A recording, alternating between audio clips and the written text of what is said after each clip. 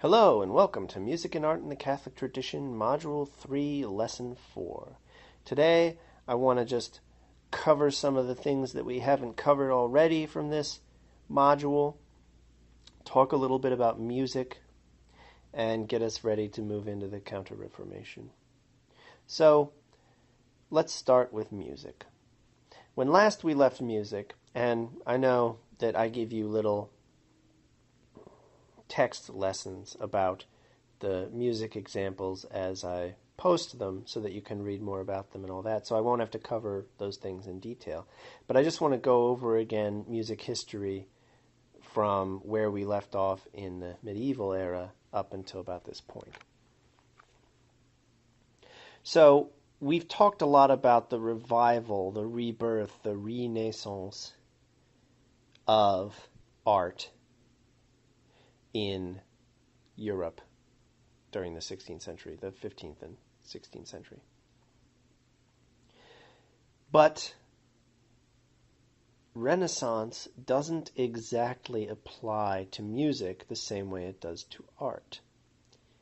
And the reason for that is that we have Roman and Greek examples of art, even painting and sculpture and architecture to look at and to examine, just as artists in the Renaissance had these artifacts to look at and to derive the Renaissance style from.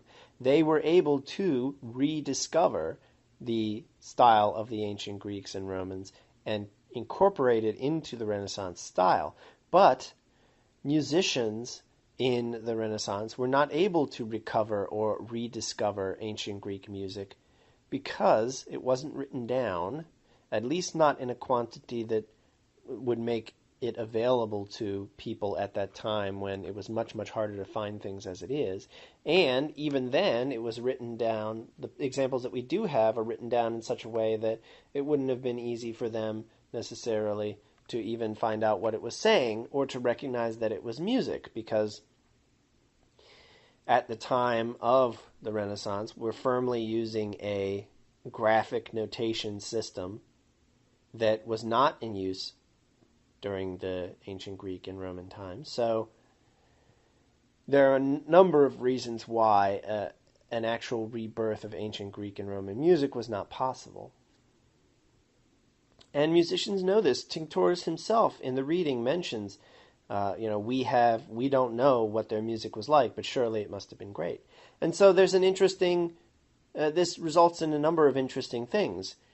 First of all, musicians tend to mythologize music a lot more than the arts of sculpture and painting and architecture, because they're only left with the descriptions of how great it was and they have no actual artifacts of it to lessen that or to make that more realistic for them.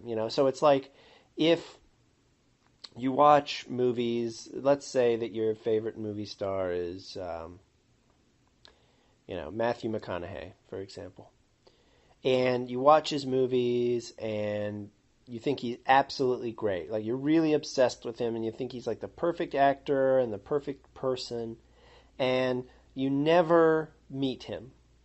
You will never have an opportunity for any of those fantasies that you've put together in your head to be proven wrong.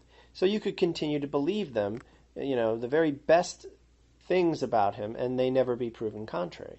Now imagine in another scenario that your favorite actor is Johnny Depp, and you think the same things about him, but then you happen upon him in an airport or something someday, and he's not having a good day, and you come up to him and you want to tell him how great he is because you really, this is a once in a lifetime opportunity, and you're totally obsessed, not in a creepy way, but just sort of like you idolize him. But he's not having a good day, and he's not very nice to you, and he turns out to be not very, he doesn't live up to the myth that you've established for him. But you still think he's a good actor. You're just not as obsessed with him anymore, and you realize that he's human, and everyone's human, and so on and so forth. Renaissance architects could look at Greek and Roman architecture and marvel at it, but also realize that there were some things they could improve upon and that it maybe wasn't as awesome. I mean, they could see for themselves, but you can't see for yourself with music, so you tend to keep perpetuating that myth of how amazing it is. And it also leads to feelings of inadequacy, because musicians say, why back then was the music so powerful, but it's not that powerful anymore? We must have done something wrong.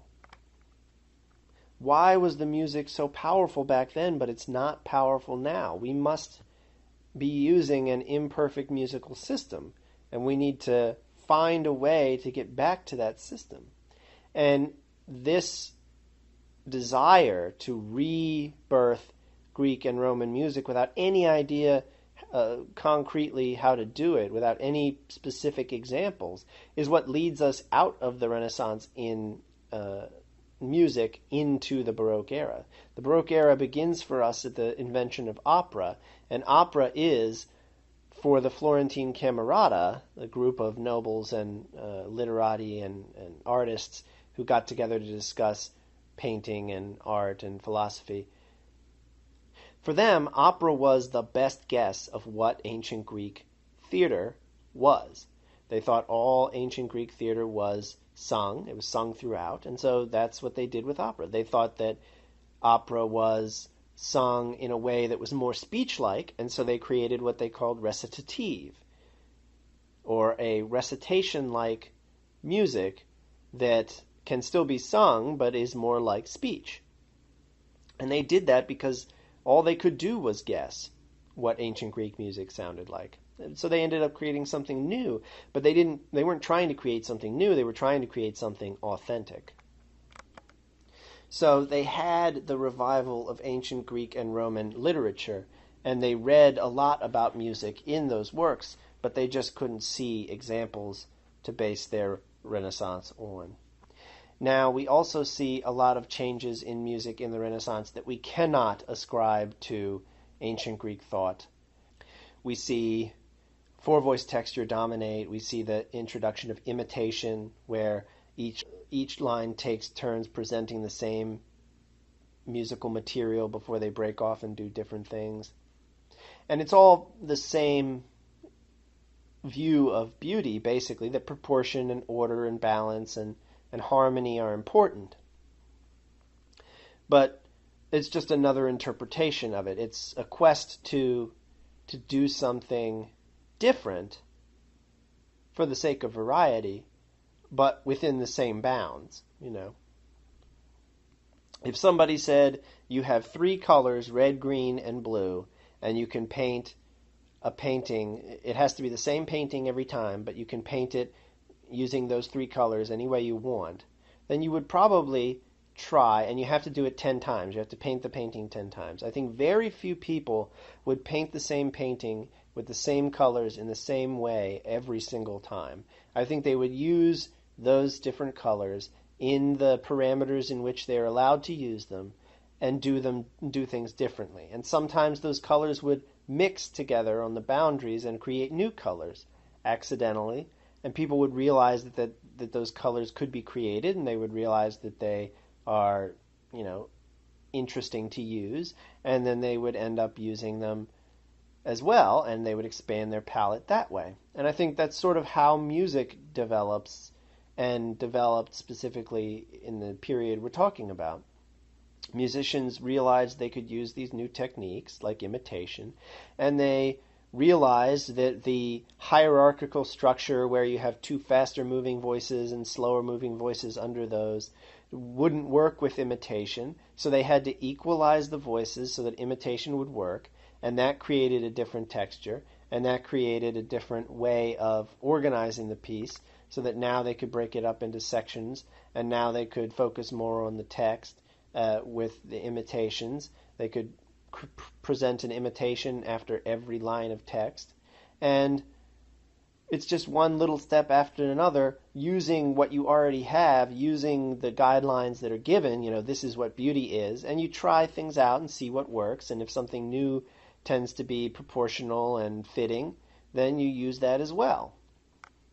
So we can't say there's some grand scheme that imitation is linked to a revival of ancient Greek or Roman art. We can't even say that imitation particularly has anything to do with the theories of Plato or Aristotle, except that the way it's presented is very orderly and it's very harmonious and proportional, and that is probably informed by Plato and Aristotle, but we don't have anyone saying, I'm going to write imitation in my piece and I'm going to do it because Plato and Aristotle says I should, or anything like that.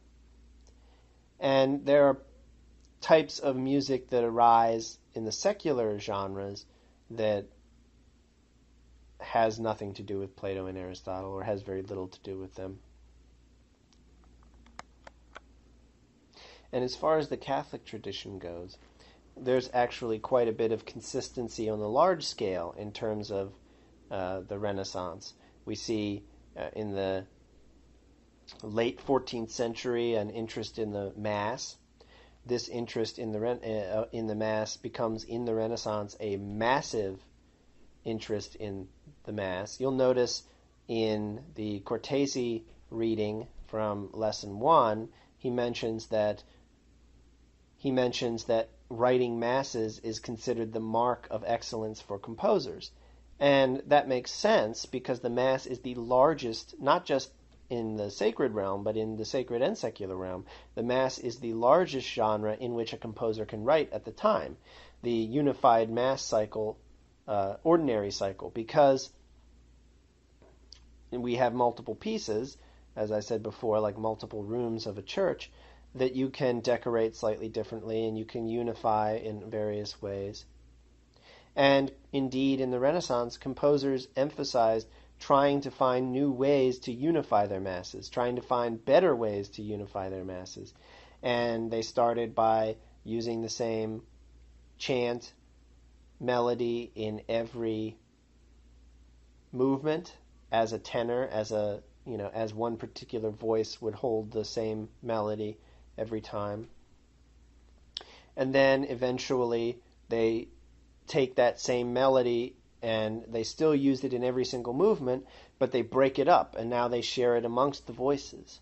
As we get into around the late 15th, early 16th century, the rise of and proliferation of imitation, we get composers cutting up other pieces, the polyphonic texture of those pieces, and rather than using a single line, they now use an entire snippet of polyphonic texture in every one of their movements, and that helps to unify their movements. And they just keep trying new things. They always want to keep they want to make their music beautiful, and they always try to keep things balanced and proportional and so on and so forth. But as I said before, it's one step and another step, and you keep going in the same direction. You still have the same goals. You want it to be appropriate for the Mass. You want it to be edifying. You want it to be devotional, but you also want it to be you want it to have variety. You want to show off your skill.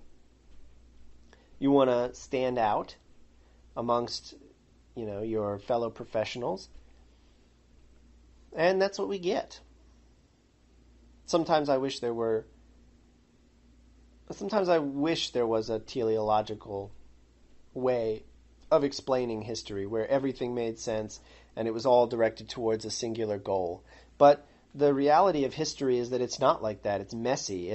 History is really just a collection of individuals trying to do best for themselves and best for their family within a framework, a religious framework often, where they have a higher calling or higher goals in mind, morality. Even if they're not religious, morality still can be and still is often a very important goal for people, to be moral people, to be good people. And you just take all these individuals and you throw them together in a particular time, in a particular place, and you see what they do. Sometimes they make good decisions and they prosper. Other times they make bad decisions and they don't. Sometimes they convince other people to make bad decisions with them, and then very bad things happen. But I suppose that's enough about my philosophy on history. So that's all the time we have for Lesson 4. I really just intended this lesson to be sort of a summary and to raise some issues that you might want to discuss, some questions that you might want to discuss together as a class in the discussion on the discussion board. So let me know if you have any questions, and feel free to start a thread or two. It doesn't. I don't have to start them before we talk about them. You can. I think students. I'm pretty sure students can start a thread whenever they want. So either add one in the general discussions segment or add one to the Lesson 4 discussion. We don't have to just discuss the questions that I've asked in the discussion board forum that I created for Lesson 4. Anyway, until Module 4, I will see you next time, and have a good day wherever you may be.